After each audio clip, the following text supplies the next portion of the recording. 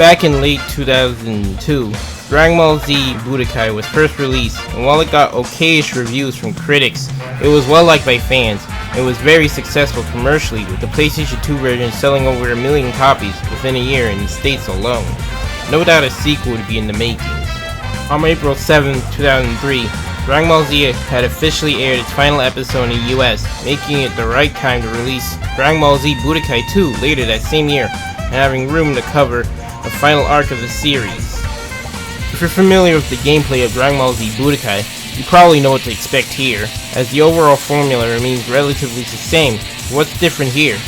Well, we can perform devil moves freely by simply pressing forward or back and the E button at the same time. On top of that, they seem to do noticeably more damage than regular physical attacks, thanks to damage scaling, which makes them useful for a variety of situations instead of just serving as combo filler. Another thing is certain special moves will have you fulfill a certain requirement while executing them, which include rolling the analog sticks to fill a perimeter or playing a gun-guessing game with the opponent. If these conditions are met, the desired effect will happen. Otherwise, the move won't be as effective, or in some cases, it may backfire. Aside from that, there aren't any major changes to speak of.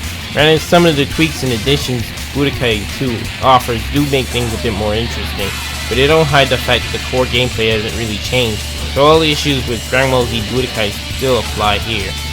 Special moves are still awkward to pull off, many characters are still clones of each other, and battles often come down to who can land the first hit. What has certainly changed about Dragon Ball Z Budokai 2 is the new single-player campaign in the form of Dragon World.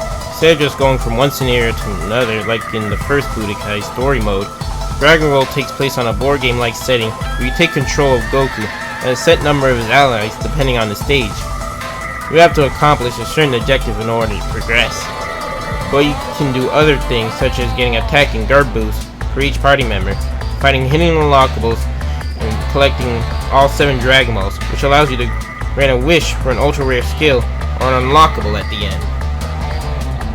Dragon World also covers the Dragon Ball Z storyline all the way to the final battle with Kid Buu, but very loosely, and it lacks the glorious in-game cutscenes that the first Budokai had. All in all, the mode has its appeal, but due to the slow pacing combined with the repetition of unlocking extras and loose storytelling, it gets old fast, especially later on when you have to face the same enemies over and over again. But for what it's worth, you now at least have the option to customize each character's skill trait to your likings. Dueling, World Tournament, and Practice remain largely the same with few noticeable changes. World Tournament now allows you to compete with up to 8 different players. Nobody earns any prize money in the end, but it makes for good casual fun when you have friends around. Just remember whom to switch the controllers over. Practice now comes paired with an additional menu, which is called Training, where you're taught how to play the game on a step-by-step tutorial. While most fighting games just have you select a character and follow the instructions of a boring text prompt, Dragon Ball Z Budokai 2 has you take the role of Goku's second-born son, Goten, who was mentored by the veteran Sea Warriors. It's pretty short and kind of vague on the details, but it does help in teaching you the basics well enough.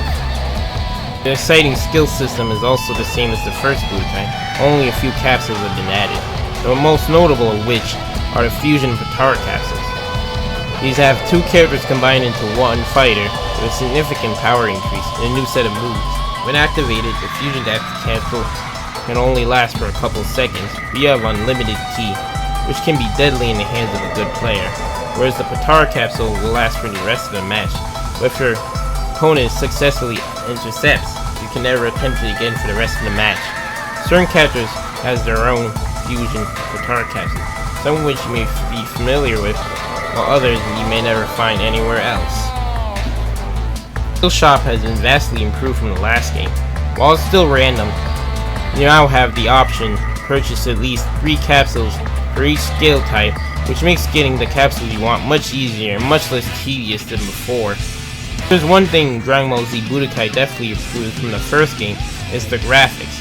Instead of using traditional shading, Budokai 2 actually makes use of the cell shading technique and introduces a style that becomes a staple in future DBZ games.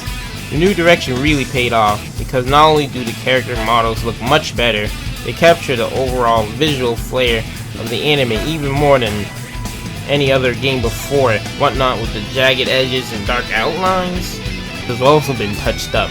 They're much more detailed and have more going on in the background. Some stages still fall a bit on the bland side, but beggars can't be choosers. On top of that, key blasts, particle effects, beams, and auras look much closer to the anime. Auras even have some neat effects, as they would spike up and even gain sparks during certain transformations. The voice clips have been largely recycled, though dialogue for fight intros, outros, cutscenes, etc. have been redone to provide better and more natural delivery. Okay, Planet, give me that stupid energy! Likewise, Kenji Yamamoto returns as the main composer, but there are plenty of new tracks to add a bit of variety to the game's soundtrack, with mostly jazzy beats added for extra flavor thanks to compositions from the slow/jazz band Power of Power. These are changed up and don't have that Kabokuden aesthetic from the previous game. On the other hand, load times are much faster, lasting only up to 10-15 seconds per battle, and ultimate moves have much more cinematic flair. The opening sequence of Budokai 2 isn't a mere recreation of any of the anime's openings using the in-game graphics, but is an originally animated intro that looks like it can be for its own anime and comes with an original theme song. Not much I have left to say about Dragon Ball Z Budokai 2. It has a number of neat additions, but they feel half-baked. Budokai 2 ultimately comes out as a pretty underwhelming sequel. While the shell-shading graphics are rather impressive even to this day, the overall combat is barely a step up from its predecessor, and Dragon World is disjointed to say the least.